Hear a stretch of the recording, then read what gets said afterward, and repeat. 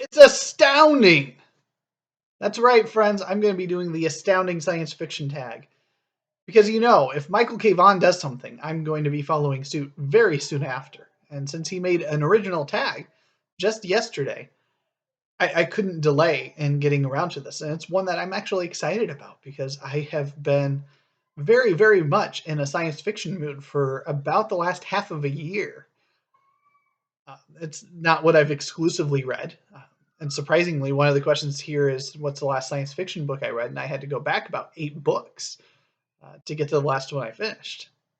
And that's only because I still haven't finished listening to Ender's Game, which is like the 5th or 6th time I've revisited this book. And oh gosh, I'm enjoying that one. But I wanted to get around to doing this. There's 8 questions by Michael K. Vaughan, and then just today, Jack at the Rambling Raconteur added a 9th question onto here, and so I'm going to do all 9 of those. And so let's just dive right in. Question 1, what was the first science fiction book you read? And this one was tough for me. I really had to rack my brain, and for a while yesterday, I thought it had to be Ender's Game, because I remember reading it in high school around my junior year. Because it was part of a class and just absolutely loving it. But then I watched another video where they were talking about the Han Solo books for Star Wars. And I was like, oh, right, Star Wars. I read a good number of Star Wars books in my middle school and earlier high school years. I loved Star Wars long before I encountered Ender's Game.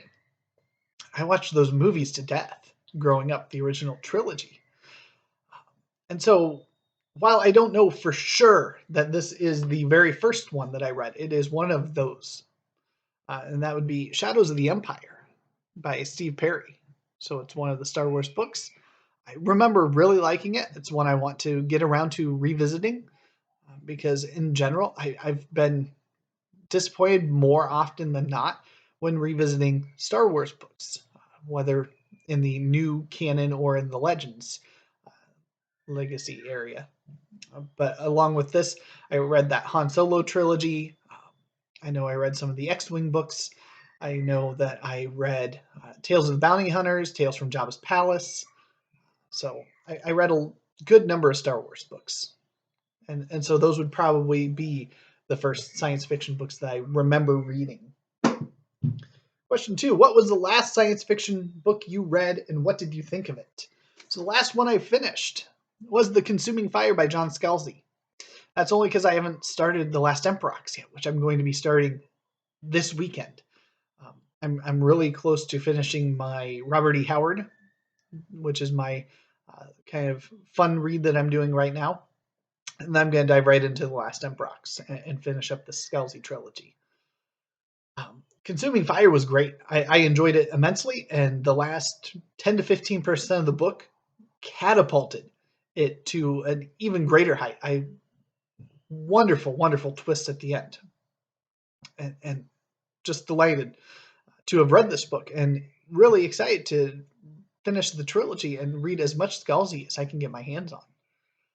I've got one more Scalzi on my shelf, Old Man's War, which is one that I'll be certainly reading sometime this year as well. Scalzi's not the author for everybody, but he's got a real easy and accessible writing style that I think makes him have a big appeal to a lot of people, at least from what I've seen from this trilogy, as well as Red Shirts, which I read probably 5 years ago or so and really enjoyed, despite not being a huge Star Trek person. Question 3, if you love science fiction, what made you love science fiction? And I don't know how to answer this one. It's even reflecting back among the last 6 months, I don't know what it is that's drawing me into the genre so hard, but I'm absolutely loving it. The exploration of possibilities. And regardless of the feasibility now, it's still really fun to explore the ideas from some of the great old writers like H.G. Wells, who was writing in the late 1800s and of course, some of the science that he brings in there is not valid anymore. And I'm sure there are some modern writers that the science that they envision becomes outdated and no longer valid within a couple of years of their writing sometimes. But that doesn't make it less enjoyable for me. I don't need it to be solid science. I don't need it to be hard science where they give me the exact details, although that still is enjoyable. I do enjoy that, the idea of venturing out, of exploring what's out there, what's beyond, the unknown, and dealing with the numerous possibilities that can stem from that. And seeing what they envision just delights me and is exciting to see. Whether or not they, like Star Wars, I think brought me in first because I came from a fantasy background, and it's kind of science fantasy almost to have Star Wars, and that launched a firm foothold to explore beyond that. Question 4, what is your favorite science fiction movie? So I'm going to give you a couple here because I don't know that I could pick a single favorite movie. But I've seen a lot more than I thought I had. So I'm going to start with two humorous science fiction movies that I enjoy. The Fifth Element with Bruce Willis in it. That's just absolutely delightful movie. And then Guardians of the Galaxy, which is hilarious and arguably one of the most enjoyable of the Marvel superhero movies. And it showed that space can be fun. And then I wanted to also give my third option here for favorite science fiction movie being Blade Runner, which is just phenomenal. Slow paced, a nice slow burn, but it is tremendous. Almost as good as the book that it is inspired by, which is a wonderful Philip K. Dick novel, Do Androids Dream of Electric Sheep? Question 5, what is your favorite science fiction TV show? And this is a lot easier to give just a single answer, and that's Firefly. I absolutely love Firefly. I could rewatch that show every year. With it being only 13 episodes, that's a little easier to do, too. I've recently enjoyed the first season of The Expanse, but my wife kind of lost interest by the end, so we haven't continued on that yet. I have not had an opportunity to watch the Foundation series yet, because she's definitely a lot more palatable to fantasy than science fiction most of the time. But yeah, I enjoy a good sci-fi TV show. So question 6, what science fiction book do you feel should be read more often? I'm going to give an interesting and potentially controversial answer here, because I'm going to say H.G. Wells should be read more often. And you might say, wait a minute, he's one of the pillars of science fiction.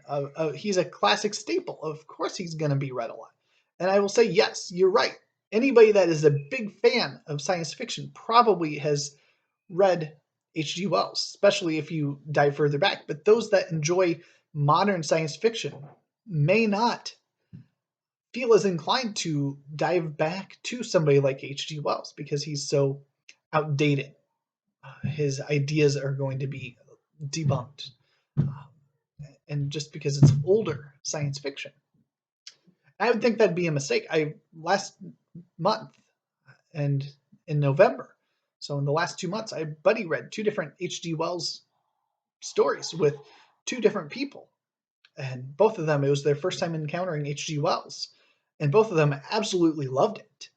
Far, far more than they had expected to with H.G. Wells. And that is why I'm picking this right here, because he is far more enjoyable and accessible than you would imagine. So if you enjoy science fiction, whether you're an avid sci-fi reader or just moderately enjoy it, and you haven't read anything by Wells, I would strongly, strongly encourage you to pick up any one of his books and give it a read, especially the 6 that are in here, which being apart from The Time Machine, The Invisible Man, Island of Dr. Moreau and War of the Worlds would also include The First Men in the Moon and The Food of the Gods, two that I have not read yet and plan to fix sometime this year and read those.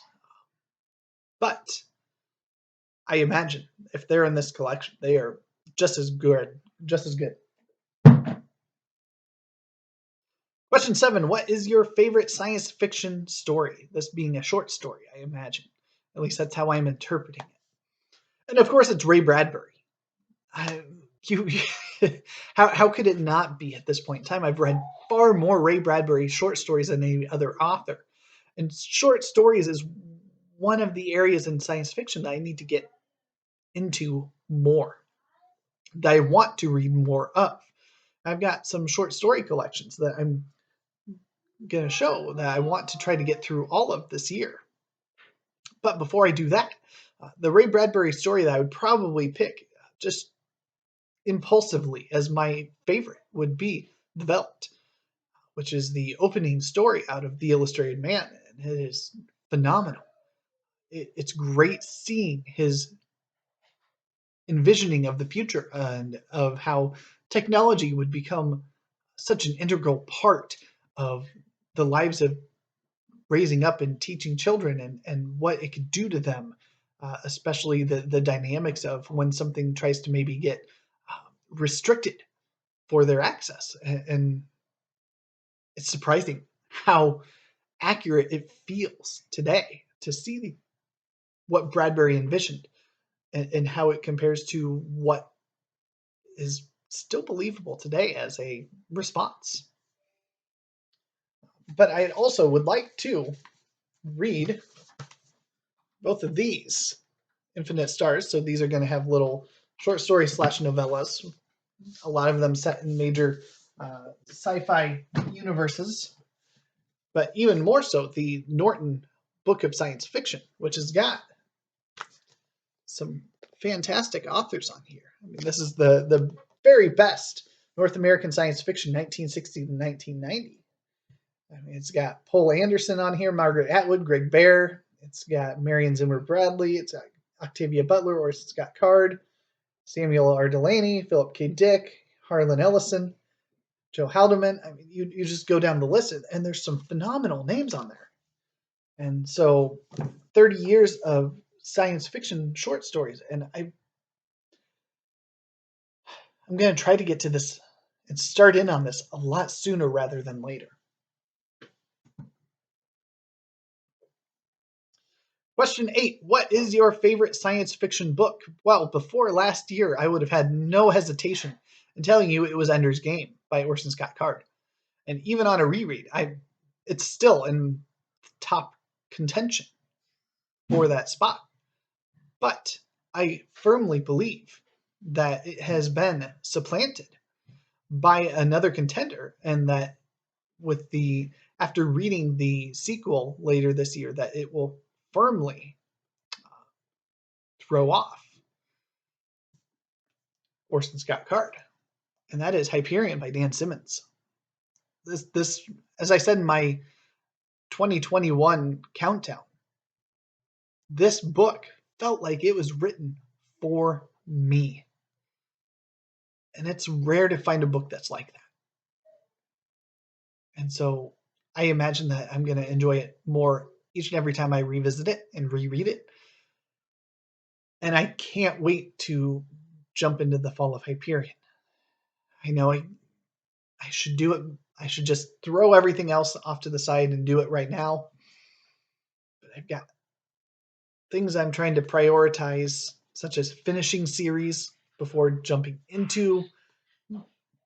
back into series that I'm not going to be able to finish.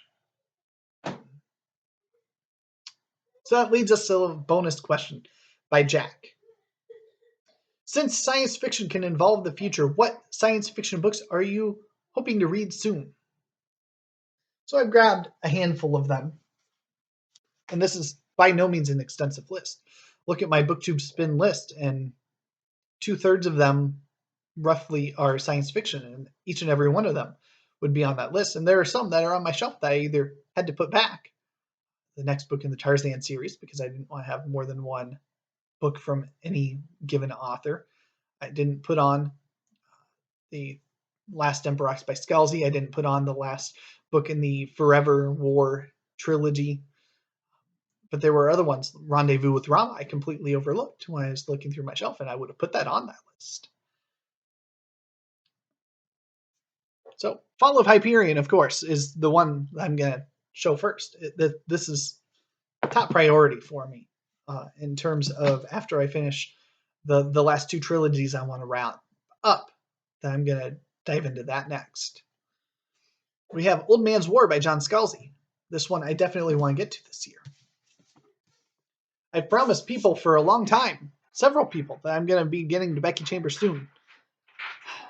And I need to get to it soon because Firefly is my favorite book or my favorite TV show. And this book is supposed to be Firefly in book form. And I hope that Becky Chambers delivers on that one because I've been disappointed with her novellas so far. I'd like to get to the Dying Earth by Jack Vance, at least the very first one in here, and check out Dying Earth. And then one that was already on my radar, both because I had it on my shelf and because Michael from Fit to Be Read mentioned it in his top 150 countdown, but because Jack from the Rambling Raconteur mentioned this one as one of his favorite books. Or maybe it was one that should be read more often. He mentioned it in his video, and that's C.J. Shera, Down Below Station. I've got this nice beat-up copy on my shelf that I need to read. And if I enjoy this, I've got short stories of the same author on my shelf that I'd love to dive into and get even more writing by that author. So there you have it. Michael, thank you for a great tag. I really enjoyed it. So I'm going to tag a couple of my science fiction friends that have kind of smaller channels. Go check them out. RK Stumblingbear, so Rachel over there. Kristinelle, SFF Reader. I'm going to tag her. I'm going to tag... I think I'm just going to stop with those two. I might have a couple more in the description down below, but I don't want to go on too long because I'll keep going forever, as you well know. But I'd love to hear from you if you read science fiction at all. Hold on. I've got one more. Scott Danielson. I know you're not making booktube videos anymore, but I'm calling you out specifically, Scott.